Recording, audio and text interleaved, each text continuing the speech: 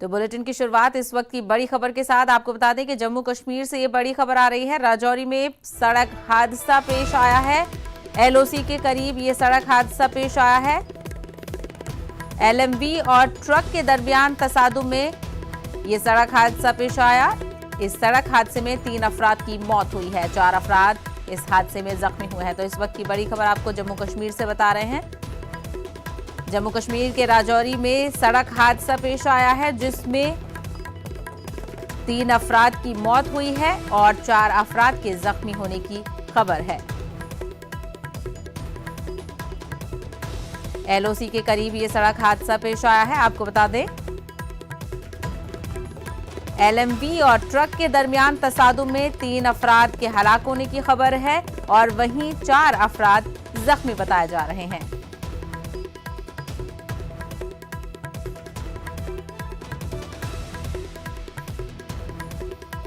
तो जम्मू कश्मीर के राजौरी से बड़ी खबर। जम्मू कश्मीर के राजौरी में सड़क हादसा पेश आया है। एलओसी के करीब ये सड़क हादसा हुआ है जिसमें 3 अफराद की मौत और 4 अफराद जख्मी बताए जा रहे हैं।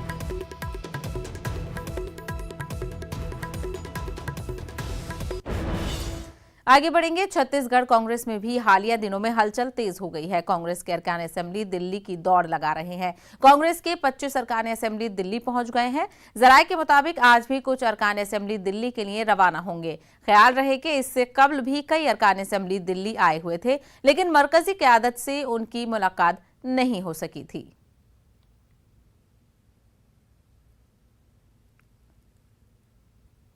इसी मामले पर मजीद बातचीत करेंगे। हमारे नुमाइंदे अशरफ काजी इस वक्त हमारे साथ जुड़ गए हैं। अशरफ काजी, आखिर कांग्रेस की क़यादत में चल क्या रहा है? अब तक पंजाब और अब छत्तीसगढ़ में भी फिर से हलचल शुरू हो गई है। बिल्कुल सहबा, देखिए छत्तीसगढ़ में तो एक अजीब सा माहौल बना हुआ है। वहां पे लगातार ये कयास लगाए जाते हैं कि जो नेतृत्व है वो परिवर्तन की बात चल रही है, जबकि सरकार की और संगठन की तरफ से राष्ट्रीय स्तर पर कई बार साफ कर दिया गया है कि ऐसा कुछ नहीं है। पिछले दिनों मुख्यमंत्री भी यहाँ आए, 2.5 साल वाला मुद्दा था, तो राहुल गांधी से उनकी मुलाकात हुई, टीएस सिंहदेव की मुलाकात हुई, तब भी इस मामले पर कुछ नहीं किया गया, सिर्फ विकास की बात हुई। अब ये फिर दोबारा बोतल से जिन निकला है। बुध से लगातार यहाँ दिल्ली जो छत्तीसगढ़ के विधायक और मंत्री हैं वो दौड़ लगा रहे हैं। लेकिन खास बात ये है सहबा, सभी से बात हुई तो ज्यादातर ये कहते हैं कि हम अपनी निजी यात्रा पर हैं। कोई ये नहीं कहता कि हम यहाँ पर राष्ट्रीय नेतृत्व से मिलने आए हैं, क्योंकि सबको पता है कि राष्ट्रीय नेतृत्व यहाँ पे नहीं है, क्योंकि राहुल गांधी बाहर गए हुए थे, केरला गए हुए थे, वो उसके बाद आए, उनसे अभी तक किसी ने मिलने का समय नहीं मांगा। पीएल पुनिया राज्य के प्रभारी हैं, वो लखनऊ में हैं, उनसे बात हुई तो वो साफ मना कर देते हैं, मैंने किसी को नहीं बुला रखा, सब अपनी मर्जी से आए। सोनिया गांधी से इनकी कोई मुलाकात नहीं है, प्रियंका गांधी दिल्ली में नहीं है। तो जो गांधी परिवार के लोग हैं वो बाहर हैं और किसी से उन्होंने मिलने का भी समय किसी विधायक ने नहीं मांगा। तो अब ये कयास है कि ये फिर यहाँ क्यों है। जी बिल्कुल। तो अपनी जो राजनीतिक अटकलें हैं वो तो यही है कि कहीं ना कहीं ये केंद्र राष्ट्रीय नेतृत्व पर दबाव की राजनीति है। जबकि उनसे जिस तरीके से कहा जा रहा है कि हम अलग अलग कह रहे हैं कि हम निजी यात्रा पर हैं। जी, निजी यात्रा तो इसको नहीं कहा जाएगा, क्योंकि अगर निजी यात्रा होती तो इतनी बड़ी तादाद में ये लोग नहीं पहुंचते। कुछ और एमएलएज भी आज दिल्ली पहुंचेंगे। ऐसे में क्या लगता है, जब आला कमान इस वक्त बाहर है तो कैसे इनकी मुलाकात मुमकिन हो पाएगी? क्या लगता है कि कोई इम्कान है मुलाकात का? देखिए सहबा, बृहस्पति सिंह जो विधायक हैं उनसे मेरी बात हुई थी, तो उन्होंने उनसे भी यही कहा था कि यहाँ पर आपके राज्य के प्रभारी नहीं है, और जो कांग्रेस का एक प्रोटोकॉल है कि अगर आप अपने राष्ट्रीय नेतृत्व से मिलते हैं तो वाया इंचार्ज के जरिए मिलेंगे। तो इंचार्ज का वो कहा कि नहीं है। पीएल पुनिया तो कहने लगे हम इंतजार करेंगे, इंतजार करेंगे, जब हम आए हैं दिल्ली और हम चाहते हैं कि हमारी मुलाकात हो जाए, इच्छा है। तो ऐसे में तो कयास लगाना बिल्कुल साफ है कि वो लोग आए तो यहाँ पर दबाव की राजनीति ही है राष्ट्रीय नेतृत्व से। लेकिन क्योंकि अब पीएल पुनिया नहीं है तो पुनिया साहब का इंतजार कर रहे हैं कि जैसे ही वो दिल्ली आए और उनके जरिए फिर ये राष्ट्रीय नेतृत्व राहुल गांधी से या प्रियंका गांधी से, अगर वो दिल्ली में रहते हैं तो उनसे मुलाकात की जाए। कुल मिला के यह है कि करीब 2 दर्जन के आसपास अभी तक यहाँ विधायक आ चुके हैं और लगातार आने का दौर भी जारी है। इसके राजनीतिक मायने कई निकलते हैं। बिल्कुल, कई राजनीतिक मायने हैं और ऐसे में बीजेपी भी इस चीज का फायदा उठा सकती है, क्योंकि बीजेपी लगातार कांग्रेस को तनकीद का निशाना बना रही है इस तरीके की हलचल देखकर। हाँ बिल्कुल सहबा, छत्तीसगढ़ में जो बीजेपी के वरिष्ठ नेता हैं, पूर्व मुख्यमंत्री हैं रमन सिंह हो या वहां के प्रदेश अध्यक्ष विष्णुदेव साय हो, लगातार तंज कस रहे हैं कि विधायक दिल्ली जा रहे हैं, तो वो मौका नहीं गंवा रहे हैं। और आप राष्ट्रीय नेतृत्व की बात कर ले तो यहाँ से भी बीजेपी लगातार तंज कस रही है कि कांग्रेस में सब कुछ ठीक नहीं है, अंदर कलह को खत्म नहीं कर पा रहे हैं। सीधा सीधा उनका जो निशाना होता है वो राष्ट्रीय नेतृत्व होता है और उनकी नाकामियों को वो उजागर करते हैं। बिल्कुल, तो इन दौरों के क्या मायने हो सकते हैं, इन पर हमारी नजर बनी रहेगी। अशरफ काज़मी हमसे बात करने के लिए बेहद शुक्रिया। आगे बढ़ेंगे। वहीं पंजाब कांग्रेस में अभी भी बहरान जारी है, कोई मसला हल होता नजर नहीं आ रहा है। जराये के मुताबिक राजस्थान के वजीर मौसलात हरीश चौधरी उत्तराखंड के साबिक वज़ीर आला हरीश रावत की जगह पंजाब कांग्रेस उमूर के इंचार्ज मुकर्रर किए जा सकते हैं। वाज़ेह हो कि हरीश चौधरी को पंजाब में हालिया क़यादत की तब्दीली के दौरान कांग्रेस हाईकमान ने एक मुबस्सिर के तौर पर मुकर्रर किया था। इस दौरान कैप्टन अमरिंदर सिंह का इस्तीफा और चरणजीत चन्नी को वज़ीर आला के तौर पर हलफ दिलाया गया। जराये के हवाले से यह भी खबर है कि हरीश चौधरी पंजाब के नए वज़ीर आला चरणजीत सिंह चन्नी और नवजोत सिंह सिद्धू के दरमियान बातचीत में सालिसी का किरदार अदा कर रहे हैं। इसी मामले पर मजीद बातचीत करेंगे हमारे नुमाइंदे रवि सिसोदिया, जो इस वक्त हमारे साथ। रवि सिसोदिया, जिस तरीके से हरीश रावत की क़यादत हम देखते आ रहे थे, वो कहीं ना कहीं कांग्रेस के मैटर को सॉल्व कर रहे थे, लेकिन अब उनको ही हटाने की बात कही जा रही है। हरीश रावत जो कि प्रभारी हैं पंजाब कांग्रेस के, उन्होंने पिछले महीने जो कांग्रेस के अध्यक्ष सोनिया गांधी उनसे मुलाकात की थी और उन्होंने कहा था कि चूंकि उत्तराखंड में भी चुनाव होने वाले हैं और ऐसे में वो उत्तराखंड में अपना समय नहीं दे पा रहे हैं, तो इसलिए उन्होंने उनके तरफ से ये दरख्वास्त की गई थी कि उनको मुक्त किया जाए और किसी और को नया प्रभारी बनाया जाए पंजाब का। चूंकि पंजाब में पिछले एक सप्ताह के दौरान जिस तरह से राजनीतिक घटनाक्रम तेजी से बदले और लगातार चाहे वो अमरिंदर सिंह का इस्तीफा हो, उसके बाद नवजोत सिंह सिद्धू का इस्तीफा, तो उनकी जो व्यस्तता है वो लगातार बढ़ती जा रही थी। ऐसे में हरीश चौधरी जो कि इससे पहले भी पंजाब के मामले को देखते रहे, पंजाब कांग्रेस के सह प्रभारी थे, उनके नाम को लेकर ऐसा माना जा रहा है कि उनके नाम की घोषणा हो सकती है, क्योंकि हरीश रावत ने अपनी तरफ से स्पष्ट कर दिया था कि वो चाहते हैं कि उनको वहां से मुक्त किया जाए और उनको प्रदेश की जिम्मेदारी दी जाए। जो उत्तराखंड में जो चुनाव होने वाले वो चुनाव देखने की उनकी जिम्मेदारी दी जाए। तो ऐसे में जो सूत्र है वो बता रहे हैं कि बहुत जल्द पंजाब कांग्रेस का अगला प्रभारी कौन होगा इसकी घोषणा हो सकती है। और जो सबसे आगे सबसे आगे उनमें हरीश चौधरी का नाम है, क्योंकि हरीश चौधरी पिछले एक महीने से पूरे पंजाब के मामले को देख भी रहे हैं, उनको ऑब्जर्वर बनाया गया था और इससे पहले पिछली दफा वो पंजाब कांग्रेस के सह प्रभारी भी रह चुके थे। जी बिल्कुल, तो जिस तरीके से उन्होंने नवजोत सिंह सिद्धू और चरणजीत चन्नी के बीच में कोऑर्डिनेशन किया, क्या उसका ये उनको तोहफा मिल सकता है कि उनको प्रभारी बना दिया जाएगा? देखिए, हरीश चौधरी चूंकि इससे पहले भी पंजाब कांग्रेस के मामले को देखते रहे, इससे पहले भी एक बार जो उनकी जिम्मेदारी दी गई थी उस दरमियान भी वो पंजाब कांग्रेस के सह प्रभारी थे। उसके अलावा जब कमेटी का गठन किया गया था जून के महीने में, उस दौरान जो बातचीत हो रही थी सभी विधायकों से, बातचीत के सामंजस्य की जिम्मेवारी भी हरीश चौधरी को उस दौरान दी गई थी। तो हरीश चौधरी पंजाब के मामले को बहुत अच्छे से समझते हैं, वहाँ के हालात को समझते हैं, वहाँ के नेताओं से रूबरू होते रहे हैं। तो ऐसे में पार्टी ये चाहती है कि किसी ऐसे व्यक्ति को वहाँ की जिम्मेवारी दी जाए, क्योंकि आने वाले दिनों में पंजाब में भी चुनाव होने वाले हैं विधानसभा के और उत्तराखंड में चुनाव होने वाले हैं। तो एक ऐसे व्यक्ति को जिम्मेवारी देने की बातचीत हो रही थी जो पंजाब के नेताओं से, पंजाब के हालात को जानता हो। हरीश चौधरी उस मामले को लेकर काफी मुफीद बैठ रहे थे। ऐसे में सूत्र बता रहे हैं कि उनके नाम को लेकर भी सहमति बन सकती है कि उनको अगला प्रभारी बनाया जाए। बिल्कुल, तो क्या लगता है कब तक इसका ऐलान हो सकता है? और वहीं उनका प्रभारी बनाने के बाद क्या पंजाब की सियासत, कांग्रेस की जो सियासत चल रही है, वो थमने की उम्मीद है? देखिए, ये दो अलग अलग सवाल हैं, क्योंकि जहां तक सियासत की बात करें, अभी के हालात को लेकर आला कमान ने स्पष्ट कर दिया था कि नवजोत सिंह सिद्धू को लेकर अब मनाने की कोशिशें या कवायद नहीं की जाएगी। वहीं दूसरी तरफ प्रभारी बदलने को लेकर चूंकि हरीश रावत पहले भी अपनी इच्छा जाहिर कर चुके हैं कि उनको बदला जाए और किसी और को प्रभारी बनाया जाए। पार्टी की तरफ से एक खोज की जा रही थी कि एक ऐसे नेता को बनाया जाए, या तो कोई सीनियर लीडर हो या तो फिर एक ऐसा लीडर जो कि पूरे पंजाब के हालात को समझता है। हालांकि हरीश चौधरी बहुत वरिष्ठ नेता नहीं है, लेकिन वो पंजाब के हालात को समझते हैं, इससे पहले भी वो सह प्रभारी रह चुके हैं। तो ऐसे में ये माना जा रहा है कि बहुत जल्द पंजाब के मामले को लेकर पार्टी की तरफ से घोषणा की जा सकती है और जहां जी। तक अंदरूनी खींचतान की बात चल रही है नवजोत सिंह सिद्धू और चरणजीत चन्नी को लेकर, उस मामले को लेकर भी पार्टी का यह मानना है कि उसका निपटारा भी बहुत जल्द हो जाएगा। बिल्कुल, चलिए देखना ये होगा कि कब तक इस मामले पर मोहर लगती है और हरीश चौधरी को प्रभारी बनाया जाता है। रवि सिसोदिया, हमसे बात करने के लिए बेहद शुक्रिया। हिंदू मुस्लिम इत्तेहाद के अलंबरदार और मुल्क की आज़ादी में अहम किरदार अदा करने वाले मोहनदास करमचंद गांधी की आज 152वीं जयंती है। 2 अक्टूबर 1869 में गांधी जी गुजरात में पैदा हुए थे। मुल्क और बैरून मुल्क में आज के दिन मुख्तलिफ प्रोग्राम मुनक्किद किए जाएंगे। गांधी जयंती के मौके पर समाधि स्थल राजघाट पर प्रार्थना सभा का इनेकाद किया गया, जहां पर सदर जमहूरिया रामनाथ कोविंद, वज़ीर-ए-आज़म नरेंद्र मोदी, लोकसभा स्पीकर ओम बिरला, कांग्रेस के उबूरी सदर सोनिया गांधी और दिल्ली के वज़ीर आला अरविंद केजरीवाल ने गुल्हाए अकीदत पेश किए। महात्मा गांधी के सियासी नजरियात, फलसफाना ख्यालात और अदम तशद्दुद पर मबनी नजरिया हयात ने उन्हें जावेदा बना दिया।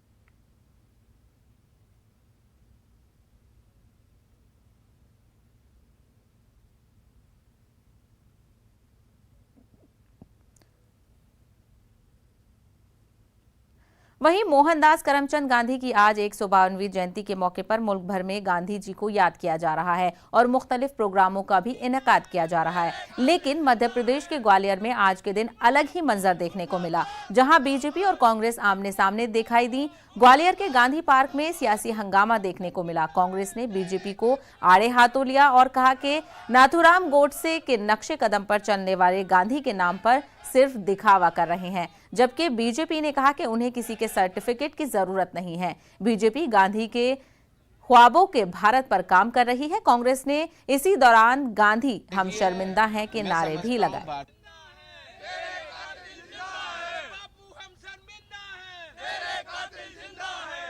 देखिए, मैं समझता हूँ भारतीय जनता पार्टी के जो लोग हैं वो गोडसे के उपासक रहे हैं। शुरुआत से गांधी जी को सोशल मीडिया के माध्यम से भी और कई बार अपने वक्तव्यों के माध्यम से बुरा भला कहने का काम भाजपा के लोग करते हैं। मैं पूछना चाहता हूँ फिर किस अधिकार से आज गांधी जी को पूजने आए हैं ये लोग। और जिस प्रकार से नरेंद्र मोदी जी का भी अमेरिका का दौरा था और वहाँ भी उन्होंने गांधी जी की प्रशंसा करी। हम बस केवल इतना पूछना चाहते हैं इन लोगों से कि एक तरफ तो ये गोडसे को पूछते हैं और दूसरी तरफ गांधी जी की प्रशंसा करते हैं और गांधी जी को पूजने आते हैं, जो कि बिल्कुल सरासर है। कम से कम एक व्यक्ति का चुनाव कीजिए, या तो हत्यारे को चुनिए या गांधी जी को चुनिए। हमारा केवल इतना मानना। आज क्या किया है आप? आज हमने इन लोगों का विरोध किया, नारेबाजी करी है। हमने ये नारे लगाए हैं कि बापू हम शर्मिंदा हैं, तेरे कातिल जिंदा हैं। कि भारतीय जनता पार्टी को या हमारे कार्यकर्ताओं को, नेताओं को किसी के सर्टिफिकेट की जरूरत नहीं है। महात्मा गांधी राष्ट्रपिता हैं, राष्ट्रपुरुष हैं और उन्होंने जो सुशासन और राम राज्य का जो उन्होंने कल्पना की थी, अगर उसको सही मायने में ज़मीन पर उतारने का काम अगर किसी ने किया हो तो भारतीय जनता पार्टी की सरकारों ने किया है, चाहे प्रदेश में हो चाहे केंद्र में हो। श्रद्धेय अटल बिहारी वाजपेयी जी की सरकार ने सुशासन का कीर्तिमान स्थापित किया और आदरणीय मोदी जी ने अपने संकल्प पूरा करते हुए इस देश में ऐसी कई बातें हुई हैं पिछले 7 वर्षों में जो आज तक कभी नहीं हुई। और सुशासन हमारा संकल्प है और ये हमारा ध्येय है। इसी मामले पर मजीद बातचीत करेंगे हमारे नुमाइंदे मेहताब आलम से। मेहताब आलम, जिस तरीके के कई बयान ऐसे सामने आए हैं गोडसे को लेकर बीजेपी नुमाइंदों के जरिए, ऐसे में कांग्रेस ने सवाल उठाया है। हालांकि सर्टिफिकेट की जरूरत नहीं है, लेकिन फिर भी कांग्रेस की तरफ से ये सवाल उठाया गया है।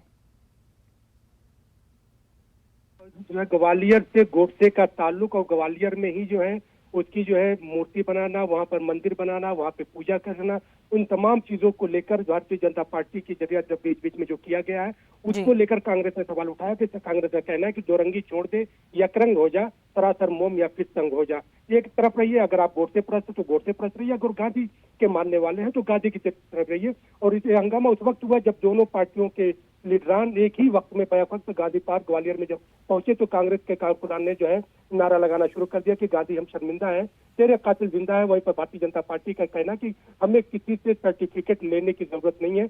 जो भारतीय जनता पार्टी के जो लोग हैं वो जो है गांधी जी को मानते हैं, गांधी जी की अकीदतमंद है और गांधी जी को लेकर जो उनका सुशासन पर जो नजरिया था उसको जो है अडॉप्ट करना चाहते हैं और उस पर अमल कर रहे हैं। यही वजह है कि जो है हमें कांग्रेस की सर्टिफिकेट की जरूरत नहीं। कांग्रेस का जो दोहरा मैयार है, तो दोनों एक दूसरे के दोहरे मैयार पर जो है बात कर रहे हैं। लेकिन सवाल सिर्फ बुनियादी तौर पर इसलिए उठ रहा है क्योंकि जब गांधी जी के आज गांधी जयंती है और पूरे मुल्क में गांधी जयंती मनाई जा रही है, जी। तो ग्वालियर में गोडसे के ताल्लुक से जो अब तक होता रहा है और भारतीय जनता पार्टी की हुकूमत जिस तरह से खामोशी अख्तियार कर रही है, उस पर सवाल उठाया है।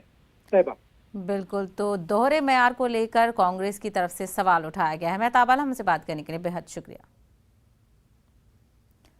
जय जवान जय किसान का नारा देने वाले साबिक वज़ीर आज़म आंजहानी लाल बहादुर शास्त्री की आज 170वीं जयंती है। मुल्क उनकी खिदमत को याद कर रहा है। जवाहरलाल नेहरू के गुजर जाने के बाद लाल बहादुर शास्त्री के कंधों पर मुल्क को तरक्की और खुशहाली की राह पर ले जाने की जिम्मेदारी आ गई थी, जिस जिम्मेदारी को उन्होंने बखूबी निभाया भी। आलमी सतह पर लाल बहादुर शास्त्री ने मुल्क के वकार को बुलंद किया। 1965 की हिंद पाक जंग हुई। पड़ोसी मुल्क के साथ अच्छे ताल्लुकात बहाल करने की गर्ज से लाल बहादुर शास्त्री ने रूस के ताशकंद का सफर किया, जहां दोनों मुल्कों के सरबराहान ने मुआहदे पर दस्तखत किए। ताशकंद में ही दिल का दौरा पड़ने से उनका इंतकाल होगा।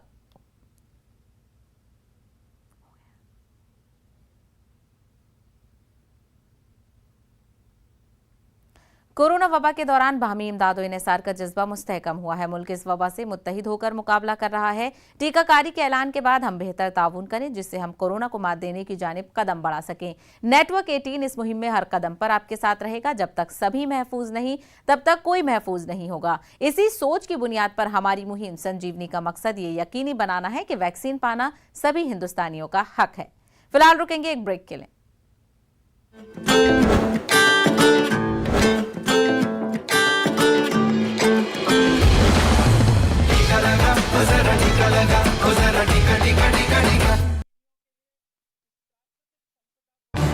इस न्यूज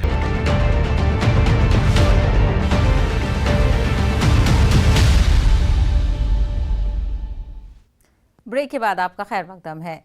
कतर में आम इंतखाबात के तहत वोटिंग का अमल जारी है। मजलिस शूरा यानी कानून साज असेंबली की 45 नशिस्तों में से 30 पर इंतखाबात होते हैं, जबकि 15 सीटों पर अरकान का तकर्रुर कतर के अमीर करते हैं। इंतखाबी अखाड़े में कुल 284 उम्मीदवार मैदान में हैं, उनमें से 28 खातून उम्मीदवार भी शामिल हैं। तज्जिया निगार इसे मुस्बत कदम बता रहे हैं। मुबस्सिरीन का मानना है कि ये एक इंतहाई मुस्बत कदम है। शहरियत के कानून के मुताबिक सिर्फ ऐसे अफराद ही कतर के शहरी हो सकते हैं जिनके वालिद का ताल्लुक कतर से हो। वो खवातीन जिनकी शहरियत तो कतर की है, लेकिन उन्होंने किसी और मुल्क के शख्स से शादी की है, तो उस सूरत में उनके बच्चों को कतर की शहरियत नहीं दी जाती। ऐसी खवातीन जिन्होंने गैर मुल्क के शख्स से शादी की हो और उनके बच्चों को कतर में मुख्तलिफ मराद, जमीन खरीदने और रियासत की दीगर सहूलियात हासिल नहीं होती। हमारे साथ सीनियर सहाफ़ी कतर के जुड़े हुए हैं उबैद ताहिर साहब, हमारे साथ न्यूज़ 18 के साथ जुड़ने के लिए आपका बहुत बहुत शुक्रिया। उबैद साहब, कतर के अमीर ने जिस तरीके से पिछले साल वादा किया था कि अक्टूबर तक इलेक्शन कराए जाएंगे, फर्स्ट असेंबली इलेक्शन कतर में हो रहे हैं और कई जो सियासी एक्सपर्ट हैं वो इसको एक मुस्बत कदम यानी कि पॉजिटिव कदम भी बता रहे हैं। आप इस पर क्या रोशनी डालेंगे? बहुत शुक्रिया सहबा साहिबा। जी हाँ, कतर में ये तारीख के पहले इंतखाबात हैं मजलिस शूरा के। मजलिस शूरा का आगाज या उसका क़याम 19 अप्रैल 1972 में हुआ था और इससे पहले तमाम जो उसके मेंबरान हैं उनको अमीर की जानिब से नामजद किया जाता था, जिससे कि आपने कहा कि अब 45 में से 30 आज बराह रास्त मुंतखब होंगे अवाम के जरिए से। और अमीर कतर ने नवंबर 2020 में ये कहा था कि 2021 में हम इंतखाबात करवाएंगे और अभी जुलाई में उन्होंने उसके लिए डेट वगैरह भी फिक्स की और उसके बाद ये तैयारियां शुरू हो गई।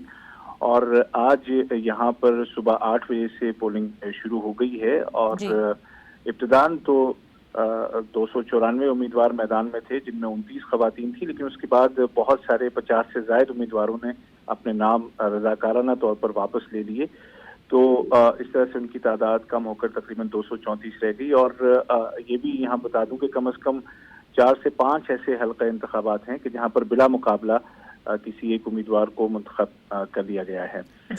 कतर की कोशिश 2008 से जब कतर का जब दस्तूर मुतारिफ करवाया गया, एक रेफरेंडम के जरिए से उसको मंजूर किया गया अवामी सतह पर, उसके बाद से ही ये कोशिश रही कि मुसलसल पार्लिमानी अमल की तरफ आगे बढ़ा जाए और यहाँ के अवाम को कानून साजी में शरीक किया जाए। और यही जो कतर का जो कौमी विजन है 2030 का, उसके बुनियादी अनासिर में से एक है कि जो अवाम है उनको हर तरह से पॉलिसी साजी में शरीक किया जाए। तो बिल्कुल ये एक बहुत ही बड़ा कदम है। और यहाँ पर मैं ये भी आपको बता दूं कि यहाँ के वक्त के हिसाब से 8 बजे से पोलिंग स्टार्ट हुई है और लोग बड़ी तादाद में आ रहे हैं। खवातीन के आने जाने का रास्ता अलग है, मर्दों के आने जाने का अलग है। और चूंकि कोविड-19 का बहरहाल एक माहौल है, जबकि यहाँ कतर में अल्हम्दुलिल्लाह सूरत हाल बिल्कुल ठीक हो चुकी है, लेकिन उसके बावजूद जो एहतियाती तदाबीर हैं उनकी पाबंदी की जा रही है। और साहब हम ये भी जानते हैं कि पूरी दुनिया में जो भी पार्लिमानी हुकूमतें खास तौर पर हैं, वो पिछले ये जो माह गुजरे हैं 7-8, जिसमें कि इसकी तैयारियों का सिलसिला इन इंतखाबात की रहा, तो तमाम ममालिक ने इस कदम को सराहा है। यूरोपीय ममालिक ने, अमेरिका ने, कनाडा ने और दीगर जो दुनिया भर के जो ममालिक हैं, तो दुनिया इसे बहुत ही मुस्बत नज़र से देख रही है और उम्मीद यही की जा रही है कि इंशाल्लाह इस मजलिस से, मुंतखब मजलिस से शूरा के जरिए से अवाम की जो बराह रास्त जो आवाज़ है वो पहुंचेगी हुकूमत के गलियारों में और पॉलिसी बनाने में उनका रोल तस्लीम किया जा रहा है। बिल्कुल। तो चार जानिब से इसकी सराहना की जा रही है क्योंकि फर्स्ट असेंबली इलेक्शन है और एक ये पॉजिटिव स्टेप है और इससे कहीं ना कहीं पूरे जो निज़ाम है उस पर भी फर्क पड़ेगा। उबैद ताहिर साहब, हमसे बात करने के लिए बेहद शुक्रिया। आगे बढ़ेंगे। Army chief MM Naravane Ladakh के दौरे पर है। इस दौरान उन्होंने कौम के लिए अपनी जान कुर्बान करने वाले जवानों को खराज अकीदत पेश किया। नरवणे LAC पर तनाव के दौरान मशरिकी लद्दाख के दौरे पर हैं। उन्होंने कहा कि यहां पर गुज़िश्ता 6 माह से हालात नॉर्मल हैं। 12 दौर की बातचीत हो चुकी है। चीन से 13वें दौर की बातचीत अक्टूबर के दूसरे हफ्ते में होने वाली है। हमें उम्मीद है कि हम किसी नतीजे and we will be able to reach consensus on how this disengagement is to take place, and by all the friction points will get resolved. Even when the talks had started, people were doubtful whether talks would resolve anything, but I'm of the firm opinion that we can resolve our differences through dialogue, and that is what has happened over the last few months. So I'm very hopeful that we will be able to achieve some results.